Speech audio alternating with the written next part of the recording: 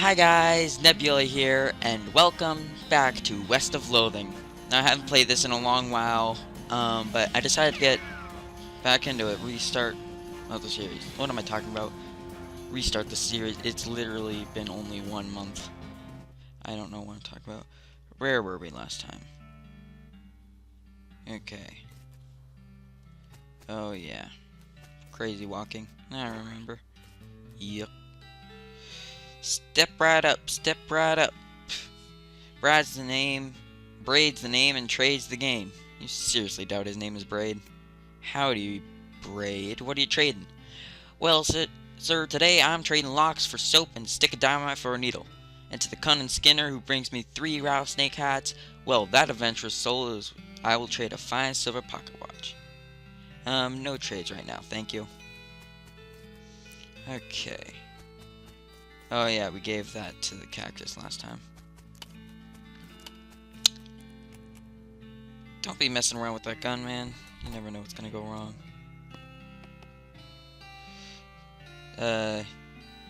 Hasn't put... See, the Fricker gang hasn't put you to stop your breathing. Did you rescue my cell door? Not yet, sorry. Well, I can't arrest anyone until you do. I mean, I could, but there wouldn't be much point. Indeed there is. Alright. So, let's just check out the map here. Let's just go to the Fricker gang's hideout. The Fricker gang's intrepid lookout appears to be taking a little nap. I'd like to ignore him. I don't have foraging, so I can't get that. Ooh, the pile of random stuff the Fricker gang stole. Finders keepers. I got a mug. Nice. The Fricker gang's hideout. What are you up to, boy? One of the Fricker gangs is dozing in the bathtub. Psst! Can you pass the soap? He mumbles and hands you a bar of soap before sinking deeper into both sleep and the tub. I got a bar of soap. Well, thank you. You cautiously approach the Fricker gang. They're pretty engrossed in the poker game, so that doesn't actually require that much caution. You hide behind a barrel and eavesdrop on their conversation for a while. The one with the eye patch is quiet, but you gather his name is Snipe, and that the squirrely one is the brother Wimpy. What will you play here? Let's check out the rest of the place first.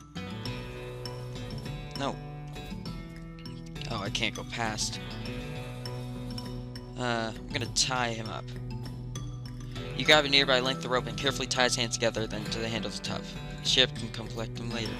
Got a perk. Honorable. Ooh. Honorable. Oh, you got a strong moral compass and an accurate ethical protractor. Honorable options will be available in such situations. Nice. Alright. What will be your play? Let's talk. Howdy, boys. Deal me in? Don't want the eye patch. Where's an eyebrow at you? Who are you, and how'd you get past Thud and Soapy? What do you want? I'm here for the sheriff's door. I'll show you the door to hell. Bitch of one. Okay, then a fight it is. Let's fight, boys. Pistol attack, melee attack. Ooh, snake whip. Deploy a snake. Snake, you broke the barrel. Shoot him.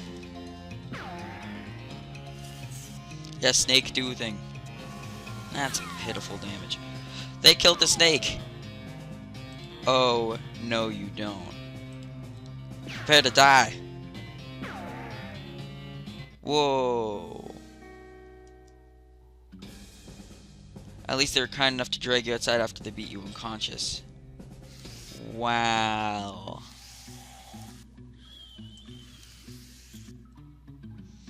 Approach them and talk. Deal me in. You're under arrest. But take you in. Oh. Oh yeah, well, you in what army? Actually, get back to that. At heretofore unseen other member of the Frick gang sneaks up and behind you and knocks you unconscious. Yeah.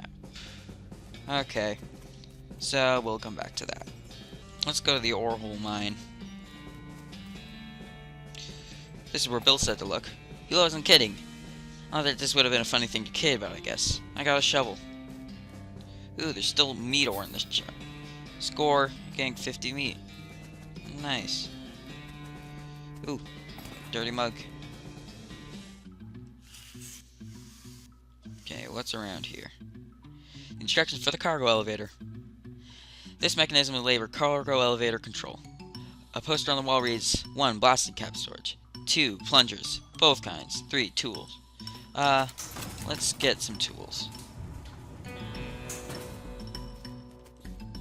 Oh, my toolbox was locked. Let's pick the lock. You managed to unlock the toolbox, but the needle is ruined in the process. Most of the tools inside are rusted away. But we got a crowbar. Alright, let's grab plungers of both kinds. Ooh, unrefined meat nugget, nice. Plungers, the sign lied though, there's only one kind. Yeah, where's it? Oh, it's a detonating plunger. This looks dangerous. If there's a blasting cap on... If there was a blasting cap on, we'd be in real trouble. Ooh, a blasting cap, you say? Well, thankfully, we have that.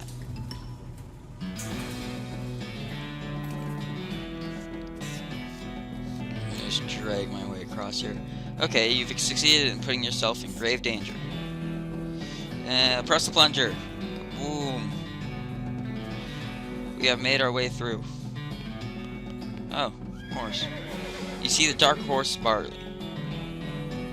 Hey girl, it's okay, I'm a friend. The horse shies away from you, though in this case it's more like cripplingly introverted away from you. Ah, come on, don't be like that. Look, I brought some oats for you. They aren't poison or anything. In retrospect, that wasn't a very comforting thing to say. You take a handful of oats out of the bag and hold them out to the horse. Here you go, yum yum. She saws away from you warily and makes a surprisingly good attempt at hiding in her own shadow. Come on, please. You reach out to pat her nose, the horse ducks and steps further back into the shadows. Aw, come on. Eat the oats yourself. Look, they're fine, okay? See? Take a handful from the bag and toss them in your mouth. It's like the roughest, blandest breakfast cereal I've ever eaten. Still, it's better than dry cat food. Don't ask. You smile to show that the horse that you're fine and realize that you're unconsciously turned around and walking out the door. Jeez, these things are powerful. The horse looks at you warily as you re-enter with a cheerful wave. See? Perfectly fine. Here you go. Oh, pat her on the nose. The horse hunches her shoulders closer and shrinks slightly as you pat her nose, but she doesn't actually flee, so that's something. There's a good girl. Feed her oats. The horse finally seems relaxed enough for you around you, so you offer her a handful of the oats. Warily, begrudgingly, she eats them. And then she gestures something behind you. You turn around and look, you don't see anything. Look back, she's gone. Well, okay then. Also, I see ore here. Score and ore. And that's all that's here. Alright. Let's head to here. Our founder, Zebediah Boring. He was actually a really interesting guy. I don't doubt it. Benjamin Crockett. 1320 to 1364. He showed up way too early.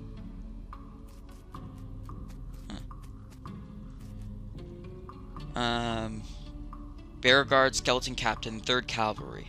Yeah, let's fight. Why not?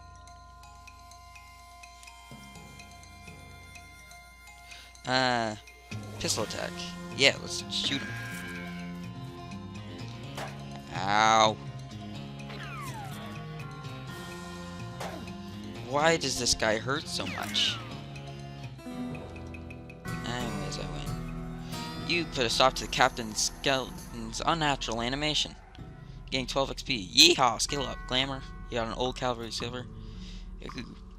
Alright. What do we have here? Damage 5 to 6. Oh, provides the option to... Okay, so yeah, that's a lot better. Anything else? Nope. Nothing else I need to... A skeleton. You're not getting past it without a scuffle. Well, then a scuffle it is. Got to jump on him this time. Nice. Let's shoot him. You mean nothing to me. Your damage does nothing to me. Die. Skeleton collapses in a pile of loose bones. You gain 3 XP. I leveled up. Oh. Your pulse quickens as you get your spooky translucent horse. You approach the weird semi-transparent horse that's translucent. Cautiously, so as not startle her. Though you quickly come to the realization that it's not a horse that startles easily. Hello there, Hi, I'm a friend, okay? That's a little strange. How did you do that without... You did that without opening your mouth. Pat her on the nose. You pat the horse's nose, which is very cold. If you're going to ride her, you'd want an extra saddle blanket to keep your butt from freezing. Yep, still cold. Oh. Yep, still cold. Burr, you get the idea. Here you go, girl. Have some oats. You hold out a handful of oats for the horse, but she's sort of just stares right through you. Ugh. Please don't look at me like that. What's the matter? Are they not spooky enough? I'm not sure how to make oats spooky. I guess I could put some bone meal on them. But I don't have anything handy to grind up bones with. Grave dirt? Is that a yes? Weird, okay. You sprinkle the oats with just a bit of grave dirt and then hold them out again. The horse gazes expressionally at them and then eats them. With that, she glides away in the direction of town. Bizarre. Timmy Kaufman, devoted husband, beloved daughter, a baby. Okay. Alright. Now we head to the 1,000 Snake Gulch. Oh, one of these rocks is really shiny. Nice, I got the shiny rock. Ow. Snakes look sleepy, but it's not that sleepy. Alright, let's shoot it. You are no match for me, Snake. I have a gun. Ow. Another snake? Well, I guess it's not called One Snake Gulch. Whoa, this one's quick. Although it does no damage to me. Am I gonna one-shot it again? Whoa, poison. Nope. Come on. Die. There you go. You made short work of that long snake. Nice. This snake is really angry. You're gonna need every trick in the book to get done. I'm good at tricks. Whoa, he's quick. He ain't that strong. Let's just shoot him.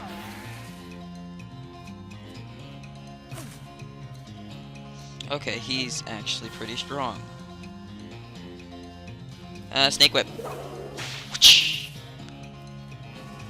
Nice. Oh, this is gonna be close. Die. There we are. By the skin of my teeth. Nice work. If the whole cowboy thing doesn't work out, you could also get a job as a snake exterminator. Isn't that what I do? The horse has gone snake crazy, or maybe he was just some other kind of crazy before. Hey, poor boy. Hey, fella, I'm a friend, okay? It's cool, alright? Be cool. Don't freak out on me. Look him in the eyes. You calmly look in the horse's eyes. One of them is fixed on the glassy, 1,000-yard stare.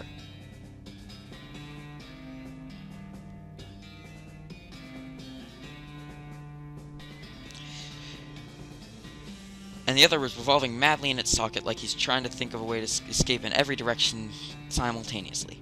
He looks to be coming down a bit now that it's clear you're actually not made of spiders, though. You carefully and gently pass the horse's nose. He twitches a bit. Okay, a lot. But seems to recognize that you're not going to eat his eyes or suck out his soul or whatever madness is bouncing around in that skull of his. Oh, that's a good boy. Are you hungry, boy? I got a little treat for you. You feed the crazy horse some of the homing oats, and it gathers away with a whinny.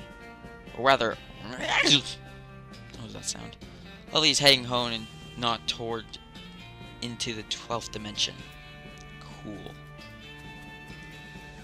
Alright. And that's those 3 horses taken care of. Let's just slide our way into the horsery. I don't know how you spotted her hiding in that mine, but thanks for sending back my dark horse. Sure thing. Looks like my pale horse has made it back safe. Thanks for your help. Anytime. Thanks for finding my crazy horse. He's eating local weed again, wasn't he? Not that I noticed. That's all of them. Can't thank you enough. Here's a little extra for you. Wow, he gave me 1,000 meat just then. Afternoon, sir. What can I do for you? said something about earlier about an injury? Yeah, I busted my knee while mucking out of the showroom. Don't ask how, it's embarrassing. I was gonna get Doc Alice to look at it, but she gave up doctoring. Why'd you do that? Nobody knows. She just shut herself up in the office. She said she wouldn't talk to anyone except Nurse Whiskey. Is that an actual nurse, or I'm pretty sure she was just being sarcastic. I see. The horse seems uncomfortable. You look behind the pair horse, like absurdly pale. Just browsing. I don't need to buy a horse yet. Oh, the horses are 1,000 meats. Okay. Shovel it.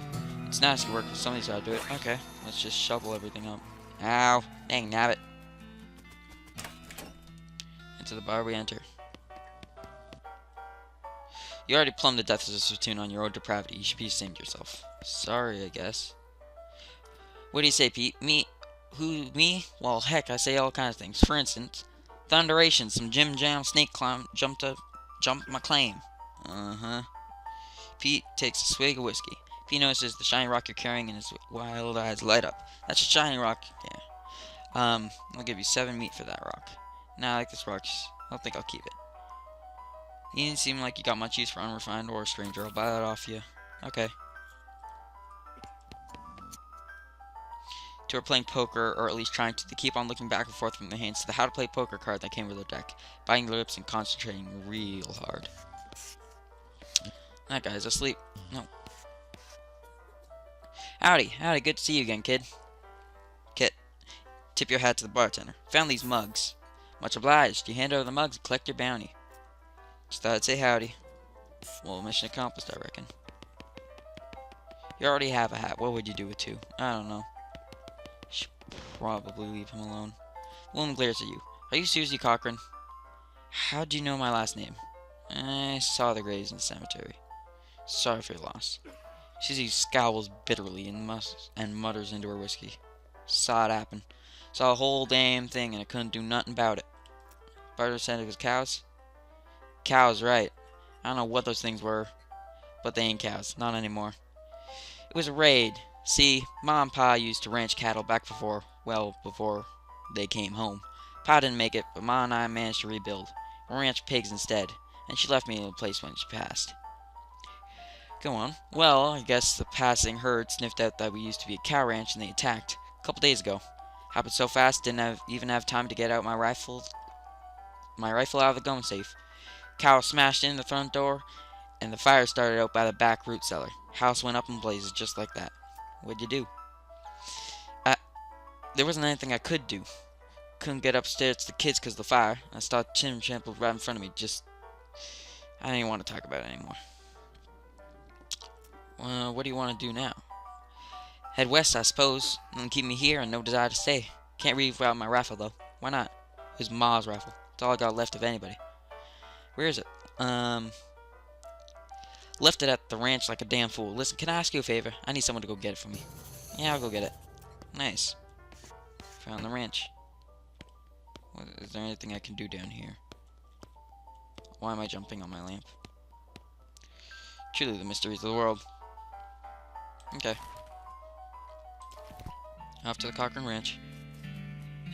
Cochran Ranch. All the water in this trough has boiled away. Susie's ranch, yeah, it's all burned. Something behind the door makes pretty awful noises. Let's go through it anyway.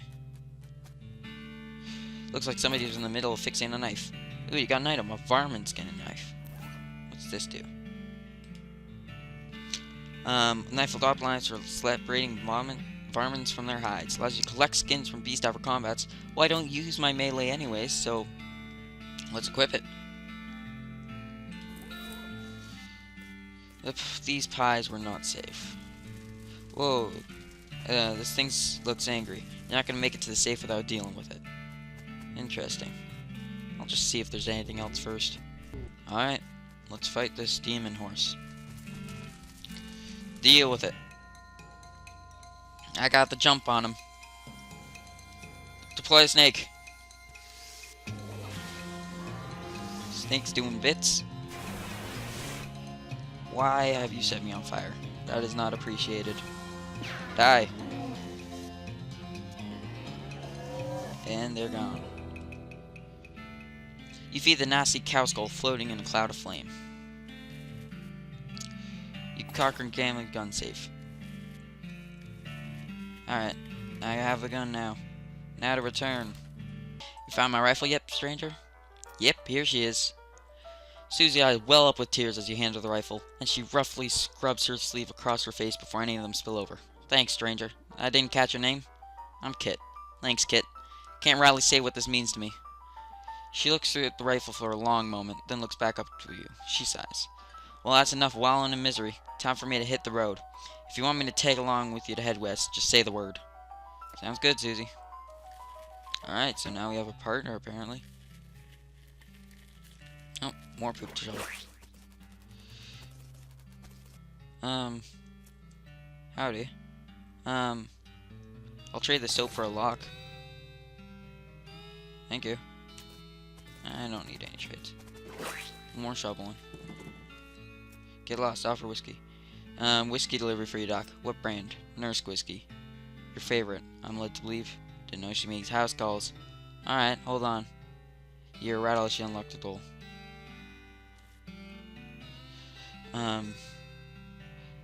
Doc Alice looks to be about her 50s. Her hair is graying and her face is lined, but her eyes are still as clear and sharp, if bloodshot. She holds out her hand. Whiskey, stat. She cracks open the whiskey and fills a small flask as she takes out of her pocket. Then she puts the flask back in her pocket and starts chugging out of the bottle. Jeez, Doc, that doesn't seem healthy. Who's the doctor here? Me or you? Okay, point taken. You want to talk now? Is anything alright? That depends on how fast I can get this whiskey into my bloodstream compared to how fast my liver filters it out. I can't drink and talk at the same time, so... what's the matter, Doc? What's the matter? The whole world's gone to hell in a horse cart, and you ask what's the matter? Bandits, cow demon, dead men walking. Why don't you go ahead and pick one and I'll drink to that? Dead men walking? You haven't seen it? Corpses staggering around like puppets with half their string cut. Looking to take a bite out of the living? Oh yeah, there was a skeleton in the cemetery. Nice to get outside confirmation that I'm not losing my mind. How's it even possible? It isn't possible. It goes against everything I know about medicine. Dead patients don't get back up. Patients. Ooh. Ouch. Every doctor loses one now and again. You never get used to it, but, well, it happens. But what doesn't happen is them coming back afterwards looking for revenge. Must be pretty rough. Rough, buddy. I don't think you comprehend the situation. It's not just patients. It's neighbors, friends, husbands. Ooh. Indeed. She turns away from you, focuses her attention back to the bottle. Do you have any idea what's causing the, resurrections? Well, I heard a rumor. It's when you get incomplete information of a verified source. Anyway, what I heard is that there's a fella out west that's causing it. A necromancer, as they call him. Supposedly he's sending magic out into the world somehow. Magic like the beanslingers use? Never heard of any beanslingers agent of the dead, have you? That'd be one hell of a can of beans. About that necromancer. Assuming he exists, what about him? Well, maybe someone ought to try to stop him. You, because I know you ain't talking to me. Why not you? A gray-haired old woman that knows about much of fighting about squirrel nose surgery? Did you hit your head on a bar stool, kid? You aren't that old. And if I was going to pick someone to go with against the necromancer, it'd be someone who also knows about death but in a scientific way. A doctor, right? Doc Alice stares hard at you. He takes a swig from her bottle, saying nothing. And it sounds to me like you got plenty of motivation to get the job done. For your friends, and for everyone. She continues to look at you, and you see the gears turning in her head. Beats doing nothing anyway. Beats locking yourself into a house full of TNT and drinking yourself to death. You ain't even doing any doctoring anymore. She winces and looks away. She shakes her head slowly.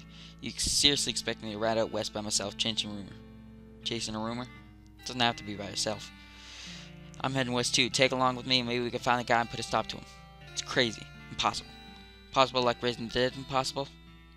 Alice crosses her arms and regards you thoughtfully. Spark slowly brightens her eyes. Alright, kid. What the hell? Let's give it a shot. Cool. Oh, so now I have choices. Hey, Doc, can I look at your books? Sure, if you want to. Not they're gonna do you much good in this doom-forsaken hellhole. Just try being less cheerful, Doc. Legends of Curly Meat, The Life and Works of Fred Ferguson. The Goblinoid Tongue of Primer. Make like a tree and leaf. What's the works of Fred Ferguson?